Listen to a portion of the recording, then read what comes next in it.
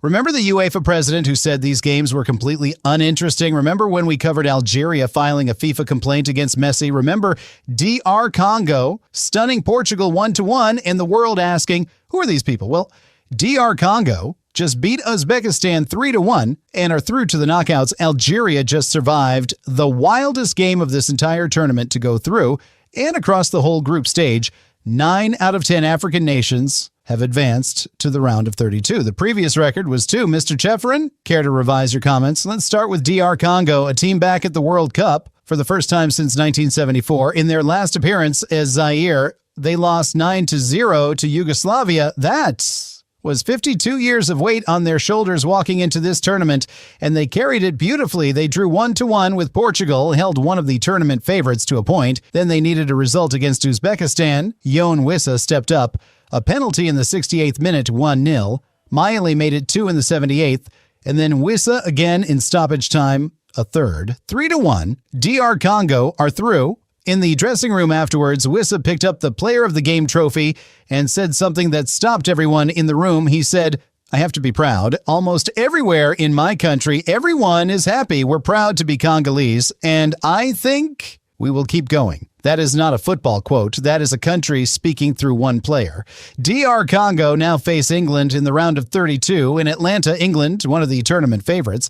And DR Congo, a team playing in just their second World Cup ever, will walk onto that pitch believing they can win. After what they just did, so do we. DR Congo versus England. Drop a score prediction in the comments right now.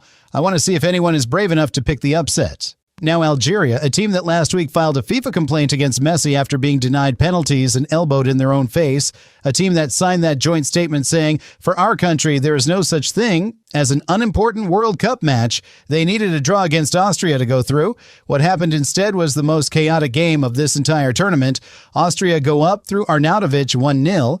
Algeria equalize. Austria go ahead again 2-1. Algeria pull it back 2-2. 90 minutes. Two teams who both need a draw to advance, the stadium in a frenzy.